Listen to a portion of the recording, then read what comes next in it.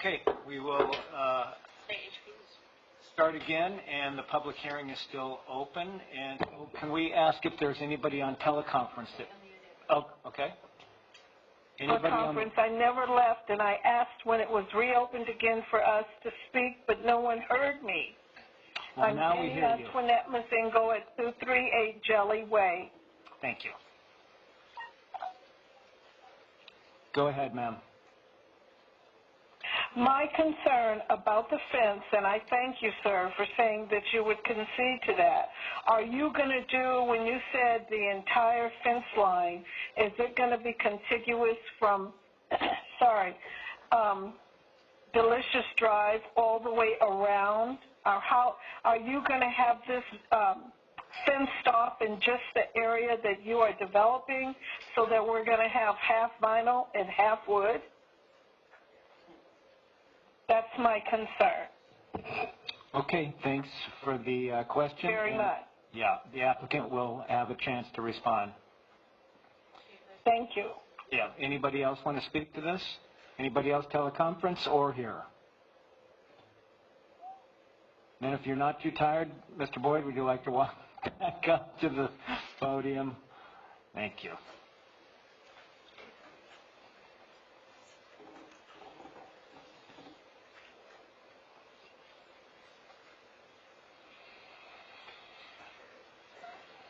Not too tired, but I sprained my ankle. That's a different story, getting out of those little chairs. Our proposed condition of approval would affect the boundary fencing between D.R. Horton's lots and the existing lots, the adjacent lots. So we would replace the fence and install the vinyl fence subject to, and we've worked out wording that will be presented to you here momentarily, that the owner of that property is responsible for any repair or damage to their existing improvements. Thank you. Welcome. That did not answer my question.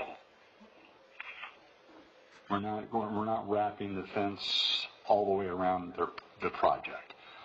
It's just on the common. Okay, so what you're telling me is that it's going to be all of the wooden fencing for all of us, not just the 9 houses that are backing your project. That's my question. Hold on. Sorry, ma'am, if I could just have you address the Planning Commission, and the Planning Commission will make sure to address your questions to the applicant, please. I apologize. Planning Commission, my question is this fencing, the vinyl fencing, is it going to be contiguous throughout the whole fencing of this one-line fence line, the complete fence line, or is it stopping at the end of the project where we'll have half vinyl and half wood? Okay. In other words, the other property that is owned by Petty, is that wood? Is that going to be wood, or is that going to be vinyl as well? I believe the applicant understands. So hold on. Yeah. If we count the total number of lots on 25168-1, you've got 1, 2, 3, 4 lots sitting there on the boundary, and then you have 1, 2, 3, 4, 5, 6, 7, 8, 9, 10, 11, 12, 13. It looks like 18 lots on 31620. It's that boundary only that we're talking about. Do you understand? I understand, and I think it's terrible. Thank you. Okay, thank you. Thanks. Hold on. I'm finished. Yeah. Thank you. Would you like to speak, Ms. Savage? You have to get up to the podium and direct your questions to the council, please. So, thank you. So we've outlined the top little. Hang on 1 second. Let her clean it, and then name and address, please.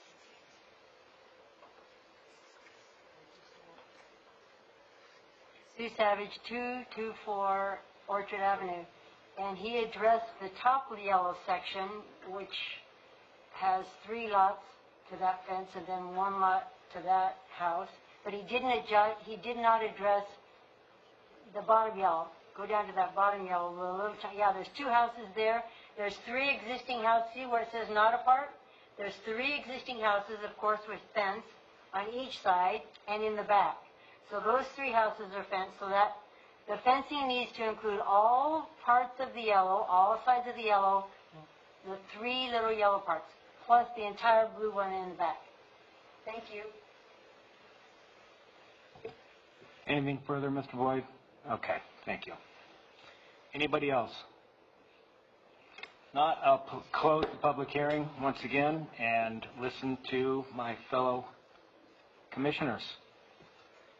Tiffany, you say what you wanted?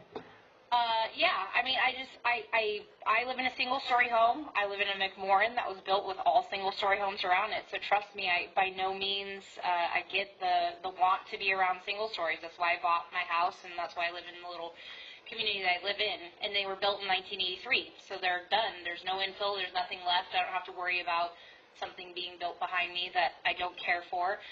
If the builder's willing to put single stories and cost, I mean, yes, they could replace them in other lots, but ideally the aesthetics and everything of the development would have every third be a different floor plan. So if they're willing to do that to accommodate the existing homeowners, I mean, that couldn't be any better of a situation, other than obviously it being completely single stories, but it just isn't. One, we can't tell them that they can do that. It's just we can't do that. And 2, it's not economically feasible for the builder. They want to build this and make money so they can keep building in our community. Also, something that was brought up earlier as far as development further down into East Hemet, that more and more developments happen. This is probably the newest development in this area. So yes, traffic is more prevalent because there's probably more people in Idlewild and Anza and Awanga that drive through our community. But as far as there's no real further development along it, the safety issue of lake and fire and Lincoln and all that's very important to me. Batista Creek Elementary School is right there. So that's all very important, and it's going to be taken into account by the city.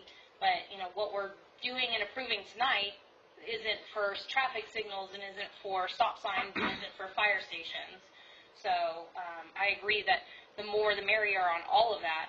I have two listings on Lake Street right now. I turn down that street 2 or 3 times a week, and it's hectic. It's dangerous. It's a little bit, scary making that turn. So I am in complete agreement with whatever needs to happen there. And look at Hemet Street. Hemet Street used to be just a regular turn, and now it's a signal.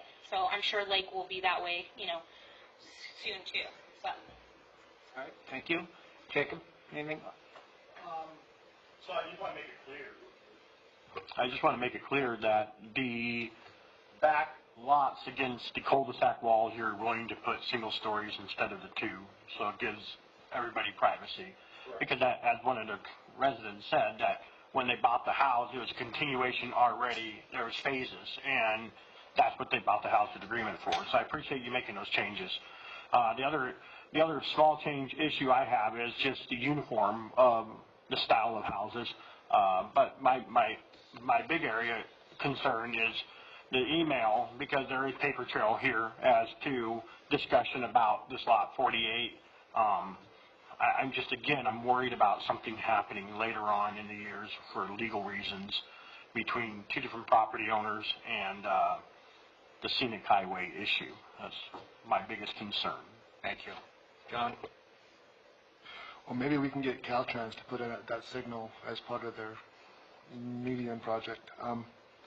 No, I agree. That my three main issues were wanting to support in our community development in a way that enhances our community, being empathetic with the existing residents and not wanting to have your fence.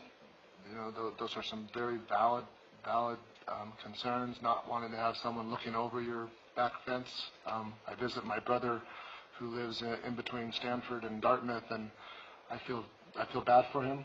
He's got that situation. And he has a pool. I completely understand. So I appreciate that D.R. Horton is making that concession to help give a little bit of a transition between the existing and the new product. I again still have concern with Lot 48, but I also understand that based on, it doesn't seem like that's an easy fix, and it's probably not going to be resolved outside of this. So there's been a lot of very valid and heartfelt comments, and we really appreciate. I'm very it tugs to say one, to rule one or to decide one way or the other. But thank you for taking the time, 3.5 hours, to be here and give your opinion and your comments. So. Thank you. Having been on this commission almost a decade, many times we don't have a lot of wiggle room. It's a lot of legal issues, and you learn a lot. Cities are constrained, and there's many legal issues. In this respect, we do have some discretionary looks at this. But before we move on, I think I'll read the findings required. And Chairman, if I may, right before that, I know Commissioner Worth, you had mentioned about the CEQA. I just wanted to clarify with your question that CEQA is a consideration here under one of the findings, as you will hear. However, it's not really approval of the actual document itself, but approval of staff's analysis of that document and how it applies to this project. So with that, I'll let... Okay. Upon approval of a site development review application, the approving authority shall make the following findings. A, the project complies with all the provisions of this chapter and all other relevant city regulations, policies, and guidelines, including applicable design guidelines, specific plan requirements, and general plan policies. B, the project complies with the California Environmental Quality Act, and all applicable requirements and procedures of the Act have been followed. C, the design, scale, height, and layout of the project is appropriate for the site, will not unreasonably interfere with the use and enjoyment of neighboring, existing, or future developments, will not create traffic or pedestrian hazards, and will not otherwise have a negative impact on aesthetics, health, safety, or welfare of neighboring uses. D, the architectural design of the project is compatible with the character of the surrounding neighborhood and will enhance the visual character of the neighborhood through good aesthetic use of materials, texture, and color. And E, the project applies applicable energy, water, and open space conservation practices to project design as outlined in the general plan and any relevant specific plan to help manage and conserve natural resources for the benefit of current and future residents. So we do have some constraints, but again, as our city attorney said, there's some open discussion here. From my part, I feel there's been a lot of headway made tonight, a lot, and I appreciate that from everyone here. And it really helps for the public to come out and call in. It helps this body make decisions. Mr. Boyd, you've been straight up front, and thank you for all your comments. You've really helped us understand your side. I do have a few, again, there's things that I can't decide based on whether I think the architecture is similar. In my opinion, I don't think it's the same. Tuscan, the architecture is named differently for a reason. So Tuscan in Spanish is certainly not craftsman, but elements can be, and that is a gray area. I don't think that's something that I can really use to determine this project. And again, the two-story houses that are contiguous or adjacent to the existing, and you've made the concession already to make those one-stories, and that was one of the biggest things I've heard, other than just have the whole project go single-story. But I think that compromise should be well received, and then also being able to deal with the fencing on your dime as well. The only thing, again, personally, is I'm not completely comfortable with and whether that's my fallibility or not, understanding staff's discussion as it pertains to traffic impact analysis and how it may have changed over the years.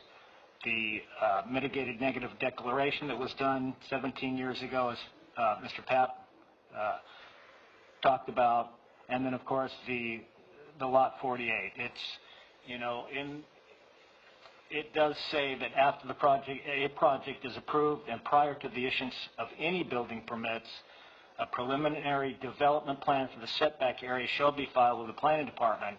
And having been involved with the solar farm on Highway 79, there's the meandering sidewalks, there are the benches, all the things that are supposed to happen. And I mean, it's not unclear that that Highway 74 setback should be done. And I don't, you know, it's not up to us to have two different owners talk, but I just wish that would have happened before tonight. And even though, the applicant has made some concessions, I feel like there's a few things that still need to be done, personally. So I would like to hear from the commission.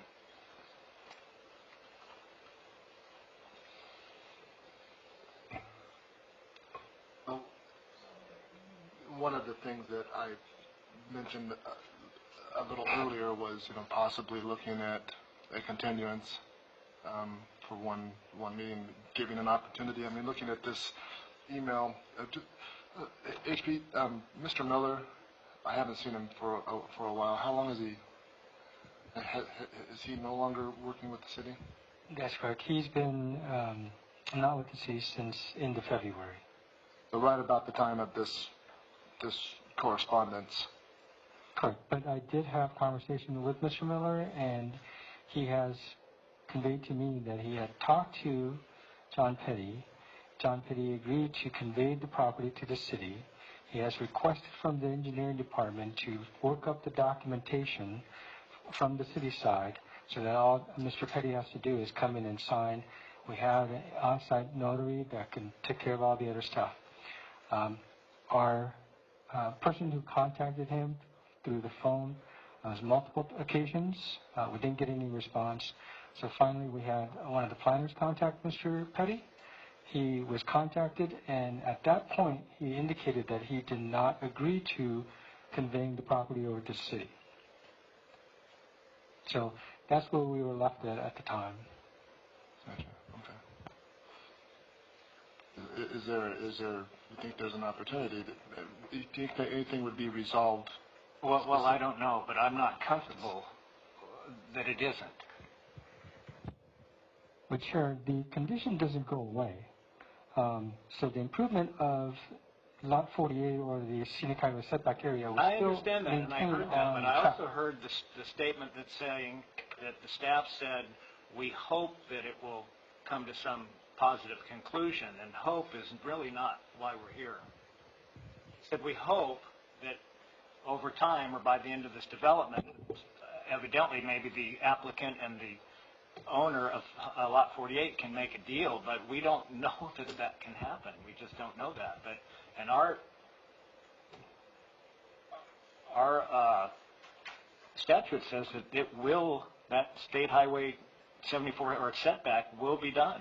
Correct, and that condition still stands. It states that the Lot 48 or the scenic highway setback will be completed at the time they complete the 27 remaining lots. I'm not sure how you can say that it will be when it's owned by two different parties. When those lots get developed, then that will be a condition of the tract. When the 27 lots get developed. Okay. Anything, Jacob? I agree with Chairman as well. I believe that we need to go back to the drawing board again just to see a revised map of the single-story structure that were promised, as well as the Lot 48 situation. We're not attorneys up here. We're not asking for paper trails, but this is the only evidence we have of communication between the city and the actual property owner. And to me, it just is too gray to approve something that could backfire on the city later on. So I just think we should go back to the drawing board and revise the lot to see the single story actually on paper and follow-up as to what's going on with the Lot 48 scenic. Again, it's unusual because we're dealing with 25 feet exactly on those, so it's just weird. That means that provision was made just for that reason when this tract was first drawn. Correct. Right. What was do you mind reading the proposed condition, additional conditions of approval regarding the single story? Do we have, how's that? What, that was just re-proposed? Mm-hmm.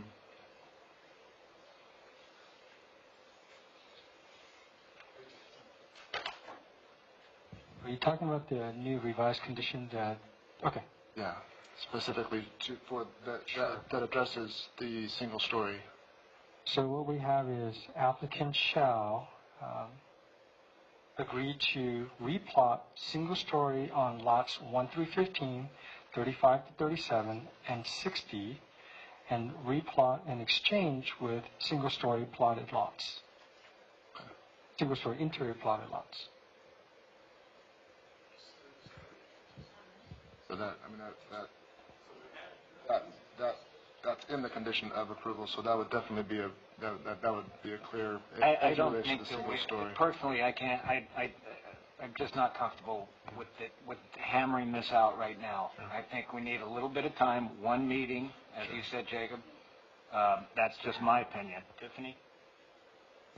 I think I know where you stand, but let's have it.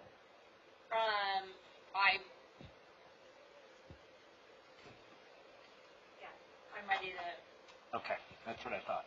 move forward. Any other discussion, or I would entertain a motion? Jacob, John, Tiffany? I move, sorry, too many notes.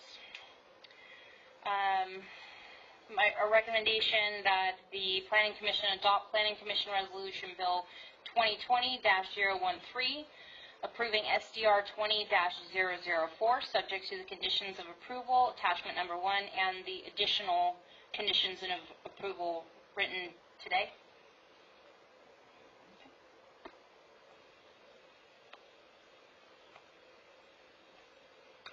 No second? I would entertain another motion then. I move that we continue. I should have had it in front of me. I apologize. I move that we continue site development review 20-004 for one planning commission meeting. I'm not sure what the date of that is.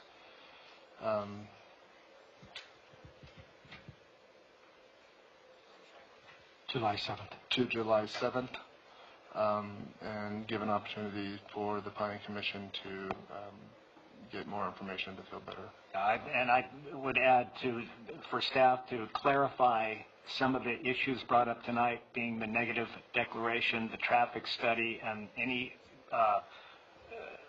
thing we can do to forward the Lot 48 question. And I just think, 2 weeks, and I do appreciate the applicant's compromises, but I think just one more meeting, I think we can get this thing done, and I will second that.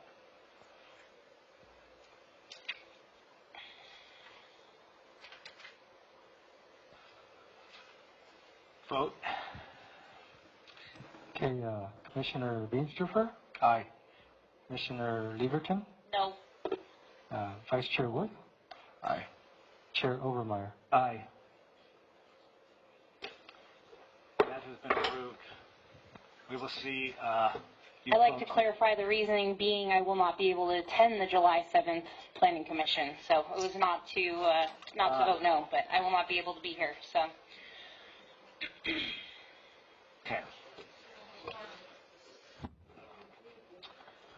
Okay.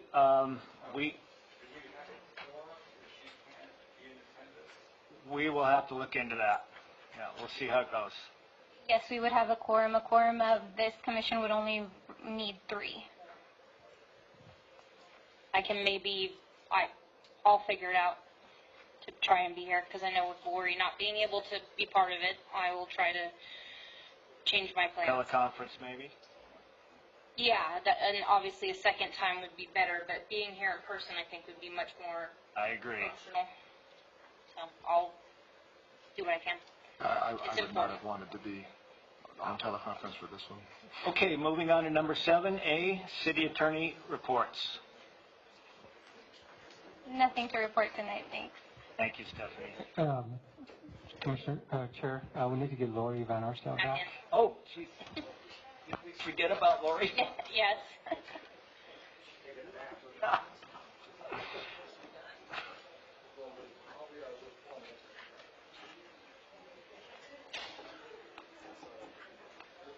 I'll come back. I know, right? Sorry I missed it. I know, right? It was a lot of fun. Okay, we did 7A, City Attorney reports. She said there's nothing. And B, Community Development reports, HP. Good evening, Chair.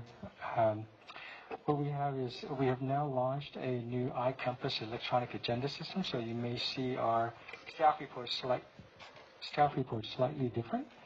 So this is an electronic version that makes it more cohesive and easier to work with, and people to approve and review from one document, so there's no multiple versions.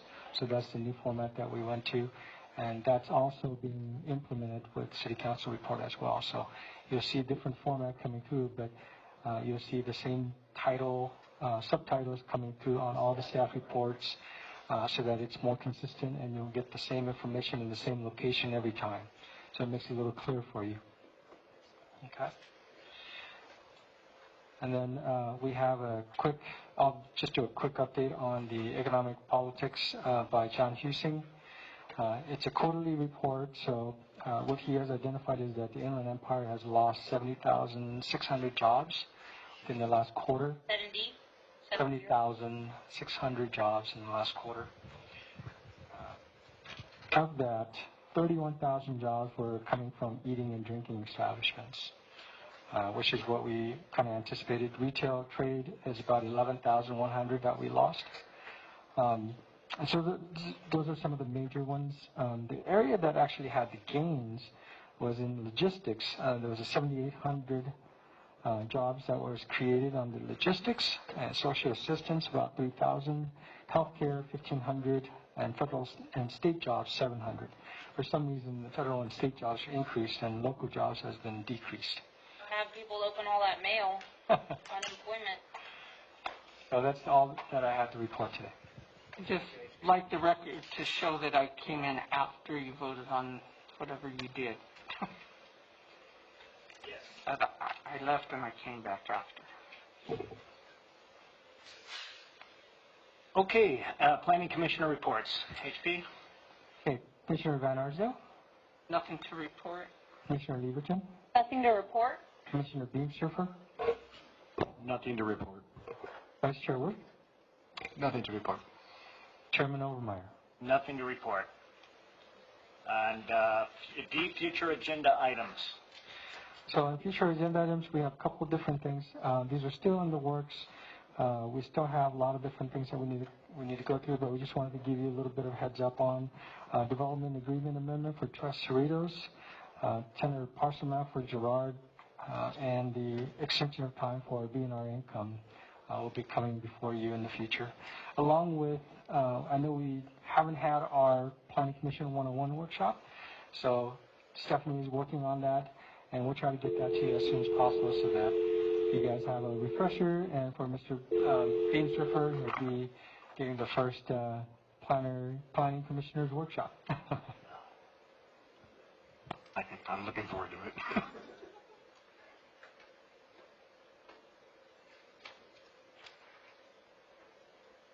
Okay, and we'll be adjourned until, what was it, July 7th? All right. Thank you, everybody. And HB, I think you did a great job on this.